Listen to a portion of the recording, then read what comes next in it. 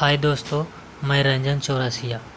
Super mock test part 3 का ये video है। ये वीडियो उन विद्यार्थियों के लिए है जो बिहार बोर्ड 10th क्लास का एग्ज़ाम 2023 में देने वाले हैं। उनके लिए ये प्रैक्टिस क्वेश्चन है। तो चलिए देखते हैं पहला क्वेश्चन क्या है। पहला क्वेश्चन है, निम्नलिखित में पादप हार्मोन नहीं है। तो एथिलीन पादप हार्मोन है, साइटोकाइनिन पादप हार्मोन है, जिबरेलिन्स पादप हार्मोन है, इंसुलिन पादप हार्मोन नहीं है। ये मानव में पाए जाने वाला इंसुलिन हार्मोन है। इसकी कमी से मधुमेह रोग या डायबिटीज रोग होता है। रक्त में ग्लूकोज की मात्रा को बढ़ने से डायबिटीज रोग होता है। अब इसके बाद देखिए एथिलीन का कार्य क्या है। तो एथिलीन को फल पकाने वाला हार्मोन कहते हैं। साइटोकाइनिन का कार्य क्या है। तो ये पत्तियों के वृद्धि को रोकता है। साइटोकाइनिन क्या करता है, पत्तियों की वृद्धि को रोकता है, इसलिए इसे फाइटो हार्मोन भी कहते हैं। यह कोशिका विभाजन में सहायक करता है और प्रोटीन संश्लेषण में भी सहायक करता है। अब इसके बाद देखिए जिबरेलिन्स का कार्य क्या है। तो जिबरेलिन्स का कार्य यह है, यह बौने पौधों को लंबा करता है और पत्तियों के आकार में वृद्धि करता है और फलों के आकार को बढ़ाता है। इसके साथ दो और हार्मोन है। एक हार्मोन है एब्सिसिक एसिड। एब्सिसिक एसिड भी पादप हार्मोन ही है। और एक हार्मोन है ऑक्जिन। एक हार्मोन है ऑक्जिन। ऑक्जिन हार्मोन है। एब्सिसिक एसिड का कार्य क्या है। तो यह वृद्धि रोधक हार्मोन है। यह वृद्धि को रोकने का कार्य करता है और इसका काम क्या है, यह फलों को गिरने नहीं देता है। जिस तरह से धान की खेती होती है, धान में बाल को गिरने नहीं देता है। अब इसके बाद देखिए अगला क्वेश्चन क्या है। वास्तविक सूर्यास्त तथा आभासी सूर्यास्त के बीच समय का अंतर लगभग कितना होता है। तो समय का अंतर लगभग 2 मिनट का होता है वास्तविक सूर्यास्त तथा आभासी सूर्यास्त के बीच। इसके बाद देखिए अगला क्वेश्चन क्या है। अब इसके बाद देखिए अर्थव्यवस्था में तृतीय क्षेत्र के अंतर्गत आता है। तो तृतीय क्षेत्र उसे कहते हैं, सेवा क्षेत्र को तृतीय क्षेत्र कहते हैं। तो शिक्षा सेवा क्षेत्र में आता है, बीमा सेवा क्षेत्र में आता है, बैंकिंग सेवा क्षेत्र में आएगा, हॉस्पिटल सेवा क्षेत्र में आएगा। तो तृतीय क्षेत्र को सेवा क्षेत्र कहते हैं। तो ए और बी तृतीय क्षेत्र में आता है। मत्स्य पालन प्राथमिक क्षेत्र के अंतर्गत आता है, कृषि प्राथमिक क्षेत्र के अंतर्गत आता है और द्वितीयक क्षेत्र में उद्योग आता है। इसके बाद देखिए अगला क्वेश्चन क्या, क्षेत्रफल की दृष्टि से भारत में बिहार का स्थान है। जो क्षेत्रफल की दृष्टि से भारत में बिहार का स्थान 12 है। अब देखिए निम्नलिखित में से कौन सा कथन गलत है। भारत में कुल 8 केंद्र शासित प्रदेश हैं, यह कथन सही है। तो केंद्र शासित प्रदेश 8 कौन कौन है। दिल्ली, पुदुचेरी, अंडमान निकोबार, दादर नगर हवेली, जम्मू कश्मीर, लद्दाख, चंडीगढ़ और लक्षद्वीप। जून 2022 तक भारत में कुल 28 राज्य और 8 केंद्र शासित प्रदेश है। चतुर्थ पंचवर्षीय योजना में श्वेत क्रांति प्रारंभ हुआ था, यह कथन भी सही है। श्वेत क्रांति को ऑपरेशन फ्लड के नाम से भी जाना जाता है और श्वेत क्रांति का संबंध दूध उत्पादन से है और यह 1970 में शुरू हुआ था। श्वेत क्रांति की शुरुआत 1970 में हुई थी और श्वेत क्रांति का जनक कौन है, वर्गीज कुरियन। और वर्गीज कुरियन का जन्म कहाँ हुआ था, केरल में। इन्होंने दूध को बढ़ावा दिया और अमूल के संस्थापक भी वर्गीज कुरियन बने। इसके बाद देखिए अगला क्वेश्चन। इसके बाद वस्तु एवं सेवा कर अप्रत्यक्ष कर है। तो वस्तु एवं सेवा कर का नाम क्या है, जीएसटी। जीएसटी का पूरा नाम क्या है, गुड्स एंड सर्विस टैक्स। यह एक प्रकार का अप्रत्यक्ष कर है। इसकी स्थापना 1 जुलाई 2017 में हुई थी और 101वां संविधान संशोधन के तहत जीएसटी लागू किया गया। सर्वप्रथम जीएसटी 1954 ईस्वी में फ्रांस में शुरू किया गया था। इसके बाद देखिए, बैगनी रंग के प्रकाश के प्रकीर्णन सबसे कम होता है, तो यह कथन गलत है। बैगनी रंग के प्रकाश के प्रकीर्णन सबसे अधिक होता है और लाल रंग के प्रकाश का प्रकीर्णन सबसे कम होता है। तो प्रकाश के प्रकीर्णन के कारण कुछ घटना घटती है। वायुमंडल की अनुपस्थिति में आकाश काला दिखाई देता है प्रकाश के प्रकीर्णन के कारण। आकाश नीला दिखाई देता है प्रकाश के प्रकीर्णन के कारण। दोपहर के समय आकाश श्वेत नजर आता है। सूर्य उगते और डूबते समय लाल दिखाई देता है और खतरे की सिग्नल लाल होती है। ये सब घटना प्रकाश के प्रकीर्णन के कारण होता है। अब अगला क्वेश्चन देखिए क्या है। अब देखिए, 5 कैरेट में कितना ग्राम होता है? तो शुद्ध सोना कितना कैरेट का होता है? 24 कैरेट का। 24 कैरेट में शुद्ध सोना होता है। और 5 कैरेट होता है जो 1 ग्राम के बराबर होता है। तो 1 कैरेट निकालेंगे तो कितना हो जाएगा? 1/5 ग्राम। और 24 कैरेट निकालेंगे तो 1/5 गुने 24, 5 को 20 यानी 4.8।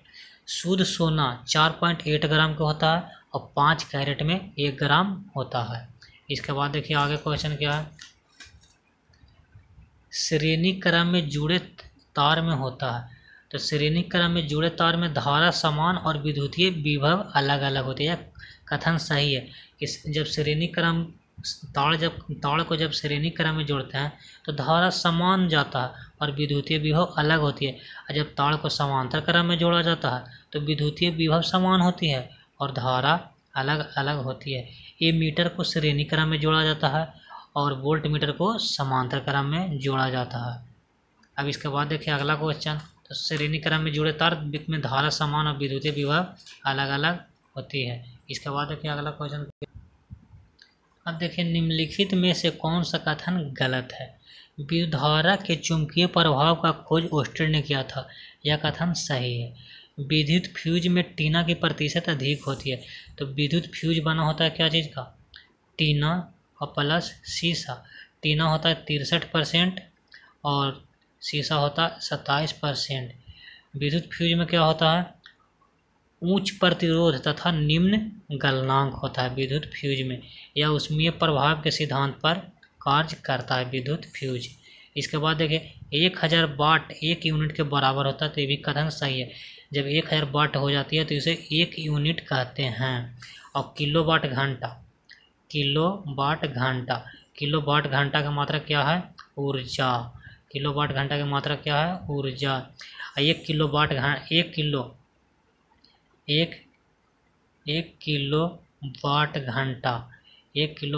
में क्या होता है? 3.6 गुने 10⁶ जूल। ऐसे ही और लिखना है 3.6 गुने 10⁶ जूल 1 किलोवाट घंटा में। इसके बाद देखिए आगे, डायोड बल्ब का प्रतिरोध ओम के नियम को पालन नहीं करता है। यह कथन सही है। डायोड बल्ब का प्रतिरोध ओम के नियम को पालन नहीं करता है। फिर NaCl का pH मान 4 होता है। यह कथन गलत है। NaCl का pH मान 7 होता है, क्योंकि HCl प्लस NaOH से अभिक्रिया जब करता है, HCl प्लस NaOH जब अभिक्रिया करता है तो NaCl प्लस H2O का निर्माण होता है। और जब आम्ल तथा क्षारक आपस में संयोग करता है तो लवण तथा जल का निर्माण होता है। और लवण इसी अभिक्रिया को उदासीनीकरण अभिक्रिया कहते हैं। तो सोडियम क्लोराइड उदासीन होता है, इसलिए इसका pH मान 7 होता है। और जल का भी pH मान 7 होता है। तो यह कथन गलत है। इसके बाद है कि पालक में कौन सा अम्ल पाया जाता है? तो साइट्रिक अम्ल, एसिटिक अम्ल, ऑक्जेलिक अम्ल और कार्बोनिक अम्ल। तो देखिए, पालक में ऑक्जेलिक एसिड पाया जाता है। ऑक्जेलिक एसिड पालक में पाया जाता है। टमाटर में भी ऑक्जेलिक एसिड पाया जाता है। नींबू में साइट्रिक एसिड पाया जाता है और सिरका में एसिटिक एसिड पाया जाता है और शुद्ध पेय पदार्थ में कार्बोनिक एसिड पाया जाता है। इसके बाद देखिए पका केला में कौन अम्ल पाया जाता है, तो पका केला में मैलिक एसिड पाया जाता है। अब देखिए हिंद स्वराज पुस्तक के लेखक कौन है, तो हिंद स्वराज पुस्तक के लेखक MG यानी महात्मा गांधी हैं। 1909 में जब दक्षिण अफ्रीका से लौट रहे थे तो एक किताब हिंद स्वराज पुस्तक लिखे थे।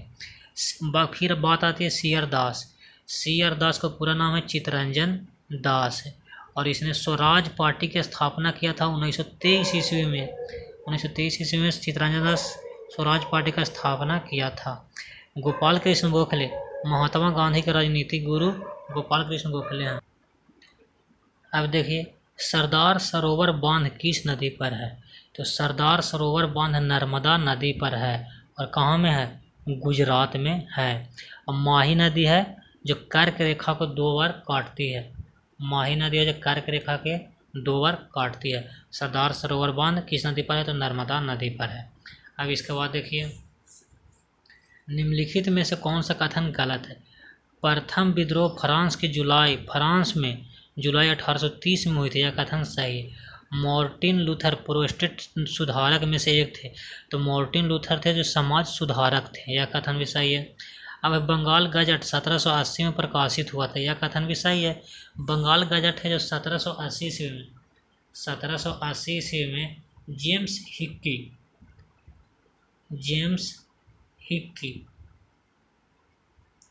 जेम्स हिक्की द्वारा यह इंग्लिश में समाचार पत्र प्रकाशित हुआ था। कहाँ में, कलकत्ता में। और भारत का प्रथम समाचार पत्र था, भारत का प्रथम समाचार पत्र बंगाल गजट जो जेम्स हिक्की द्वारा प्रकाशित किया था 1780 में कलकत्ता में, और ये अंग्रेजी में प्रकाशित हुआ था। और बॉक्साइट का समान सूत्र Al2O3 × 10E2 एक गलत है। बॉक्साइट का सूत्र होता है Al2O3 × 2H2O। अब बॉक्साइट का सूत्र होता है। एल्युमिनियम के एक अयस्काव है, उसका नाम है क्रायोलाइट। इसका सूत्र होता है Na3Al F6 क्रायोलाइट। और कोरंडम भी इसका अयस्क होता है। अब आगे देखिए, अब है निम्नलिखित में से किस रंग का तरंगदैर्घ्य सबसे अधिक है, हरा, पीला, नारंगी और आसमानी। देखिए सभी कोई रटे हुए होते हैं, लाल रंग और बैगनी रंग। क्वेश्चन दे देगा इस तरह से तो आपको परेशानी हो जाएगी, तो परेशानी नहीं होगी, आप याद कर लीजिएगा इस तरह से। बैनी आह पी ना अल्लाह। बै से कुछ हो गया बैगनी, इन से कुछ हो गया नीला, आ से कुछ हो गया आसमानी, हा से क्या चीज़ हो गया हरा, और पी से कुछ हो गया पीला, ना से क्या चीज़ हो गया नारंगी, अल्लाह से कुछ हो गया लाल। तो क्वेश्चन अब आएगा कि किस रंग का तरंगदैर्घ्य सबसे अधिक होता, तो सबसे पहले किसका होगा अधिक, लाल के, उसके बाद नारंगी के, उसके बाद पीला के, उसके बाद हरा के, उसके बाद आसमानी के, उसके बाद नीला के, उसके बाद बैगनी के। तरंगदैर्घ्य सबसे अधिक लाल के। तो आप इस रंग में भी इस तरह से याद कर लीजिएगा, तरंगदैर्घ्य सबसे अधिक लाल कलर का तरंगदैर्घ्य सबसे अधिक होता है, बैगनी लाल रंग का प्रकीर्णन सबसे कम होता है। क्वेश्चन इस तरह से याद कर लीजिएगा, बनाइएगा। उसके बाद है लिटमस विलयन जब ना तो अम्लीय होता है और ना ही क्षारीय होता, तब यह किस रंग का होता है। तो लिटमस विलयन जब ना अम्लीय होता है और ना क्षारीय होता है, तो यह किस रंग का होता है, बैगनी रंग का होता है। लिटमस विलयन निकाला जाता है ब्रायोफाइटा के एक लिचेन पौधा से निकाला जाता है, लिटमस पेपर निकाला जाता है। इसके बाद देखिए, अब देखिए निम्नलिखित में से कौन सा कथन गलत है। हमारे शरीर का pH मान 7 से 7.8 के बीच में होता है, यह कथन सही है। इसके बाद वर्षा के जल का पीएच मान 5.6 से कम हो जाती है तो अम्लीय वर्षा कहलाती है। तो यह भी कथन सब है। जब अम्लीय वर्षा नदी के पानी से मिल जाती है तो इसका पीएच मान कम हो जाती है। दांतों का इनामेल दंतबाल्क कैल्शियम हाइड्रोक्सी एपेटाइट से बना होता। इनामेल है जो सबसे कठोर पदार्थ है, शरीर का सबसे कठोर पदार्थ इनामेल है। और एक क्या चीज़ का बना होता है? कैल्शियम फॉस्फेट का बना होता है। हाइड्रोक्सी एपेटाइट का मतलब फॉस्फेट से बना होता है दांतों का इनामेल। जब मुंह का पीएच मान 5.5 से कम होने लगता है तो दांत क्षय होने लगता है। तो जब 5.5 से कम होने लगेगा तब मुंह में क्या चीज़ होने लगता है? अम्ल आने लगता है, अम्ल का मात्रा बढ़ने लगता है। 5.5 से कम होगा तो अम्ल की मात्रा बढ़ने लगेगा। जब अम्ल की मात्रा बढ़ने लगता है तो इस पर क्या चीज़ चाहिए हमको? क्षार चाहिए तब ना उदासीन बनाएगा, मुंह को उदासीन बना देगा, दांत क्षय नहीं होगा। तो अम्ल मुंह से अम्ल निकला हुआ रहता है तो क्षार। तो टूथपेस्ट जो मुंह धोते हैं, टूथपेस्ट की प्रकृति कैसा होना चाहिए? क्षार होना चाहिए। इसके बाद देखिए, डंक मारे गए अंग में बेकिंग सोडा जैसे दुर्बल क्षार से आराम मिलता है। जब चींटी डंक मार देता है, बिच्छू डंक मार देता है तो अम्ल छोड़ता है, फॉर्मिक अम्ल छोड़ देता है। तो फॉर्मिक अम्ल है तब बेकिंग सोडा क्या है? क्षार है। जब अम्ल और क्षार अभिक्रिया करेगा तो क्या चीज़ बनेगा? उदासीन का निर्माण होगा। तो दर्द कम कर देगा। निम्नलिखित कौन सा कथन गलत है? सभी, एक ऑप्शन इस छोड़ दे, सभी कथन है जो सही है। अब देखिए, निम्नलिखित में से कौन सा कथन गलत है? पोटेशियम एवं सोडियम ठंडी जल के साथ तेजी से अभिक्रिया करता, तो तेजी से अभिक्रिया करती है, यह कथन सही है। एल्युमिनियम, लोहा तथा जस्ता शीतल जल के साथ अभिक्रिया नहीं करती है, यह भी कथन सही है। और यह वाष्प के साथ अभिक्रिया करती है। Tata iron and steel company की स्थापना 1907 में हुई थी, यह कथन भी सही है। और नाबार्ड की मुख्यालय मुंबई में है, यह कथन भी सही है। इसमें सभी कथन सही है, गलत कोई कथन नहीं है। इसके बाद आगे देखिए क्वेश्चन, कुटीर उद्योग की अधिकतम निवेश सीमा रुपया में है। तो कुटीर उद्योग का अधिकतम निवेश सीमा कितना होना चाहिए? 25 लाख रुपये तक अधिकतम सीमा निवेश जो उद्योग करता है उसे कुटीर उद्योग में रखा जाता है। और जो लघु उद्योग रहता है उसमें अधिकतम से अधिकतम 1 करोड़ रुपया निवेश हुआ रहता है, तो उसे लघु उद्योग माना जाता है। फिर इसके बाद देखिए अगला क्वेश्चन क्या है।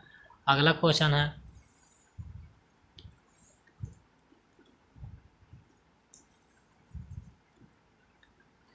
निम्नलिखित में से कौन सा कथन गलत है?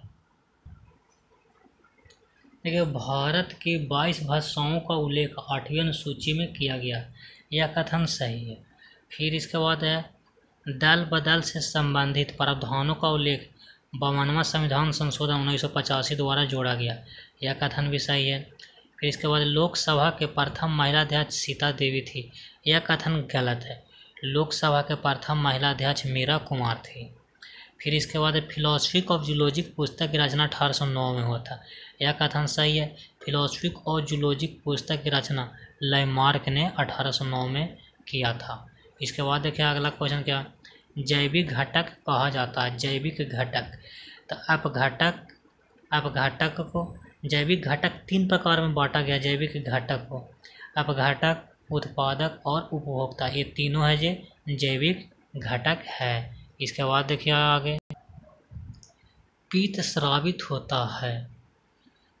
तो पीत यकृत से स्रावित होता है। पीत है जो कहाँ से निकलता है? यकृत से निकलता है। और पीत जमा कहाँ होता है? पित्ताशय में जमा होता है। तो पीत स्रावित कहाँ से होता है? यकृत से स्रावित होता है। इसके बाद देखिए, निम्नलिखित में से कौन सा कथन गलत है? रुधिर में ग्लूकोज की मात्रा बढ़ने से मधुमेह कहलाती है, यह कथन सही है। केचुआ त्वचा से सांस लेता है, यह कथन सही है। त्वचा यकृत वृक्क मनुष्य में उत्सर्जी अंग है, यह कथन भी सही है। फिर इसके बाद है, प्रत्येक नेफ्रॉन में प्यालीनुमा संरचना होती है, इसे बोमेन संपुट कहलाती है। यह कथन भी सही है।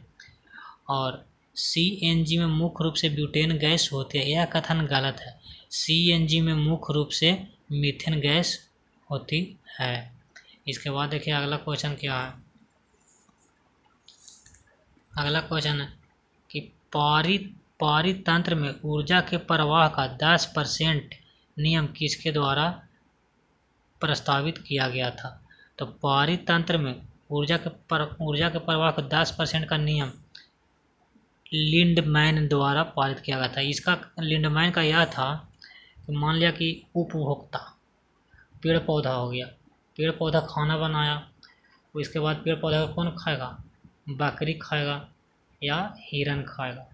तो पेड़ पौधा जो बनाया जित ऊर्जा मान लिया बनाया 100%, पेड़ पौधा ऊर्जा बनाया 100%, तो इसका ऊर्जा जो बकरी और हिरन जो लेगा ना वो 10% ही ले पाएगा। तो 100 का 10% कितना लेगा कि 10 लेगा, 10% ही ले पाएगा। इसके बाद बकरी और हिरन को कौन खाएगा, बकरी और हिरन को कौन खाएगा, तो शेर खाएगा। कौन खाएगा, शेर खाएगा बकरी और हिरन को। बकरी और हिरन को पेड़ को खाता है, टिड्डा भी खाता है। तो टिड्डा को कौन खाता है, कीड़ा मकोड़ा का कौन खाता है, तो कीड़ा मकोड़ा के मेढक भी खाता, सांप भी खाएगा, सांप भी खाता है कीड़ा मकोड़ा। इसके बाद देखिए मतलब 10% ही ऊर्जा लेता है बकरी, मतलब प्राथमिक उपभोक्ता 10% लेगा, इसका 10% अगला लेगा तो 1%, इसका 10% अगला आदमी लेगा तो 0.1%। तो 10% का नियम किसने दिया था, लिंडमैन ने दिया था। और टॉन्सले था जो पारितंत्र शब्द का प्रयोग, पारितंत्र शब्द का सर्वप्रथम गढ़ा था टॉन्सले ने, पारितंत्र शब्द गढ़ा था। इसके बाद देखिए पवन चक्की में बिजली पैदा करने के लिए आवश्यक न्यूनतम हवा की गति होती है। तो पवन चक्की में बिजली पैदा करने के लिए आवश्यक न्यूनतम हवा की गति जो होना चाहिए वो 15 किलोमीटर प्रति घंटा होना चाहिए। पवन चक्की की गति 15 किलोमीटर प्रति घंटा होना चाहिए, पवन चक्की की गति। इसके बाद है संयोजक तार बनी होती है। तो संयोजक तार उसे कहते हैं जो घर में जो तार का उपयोग किया जाता है। तो संयोजक तार में तांबे का तार घर में उपयोग किया जाता है। तो संयोजक तार बनी होती है तांबे की तार को। और देखिए विद्युत धारा के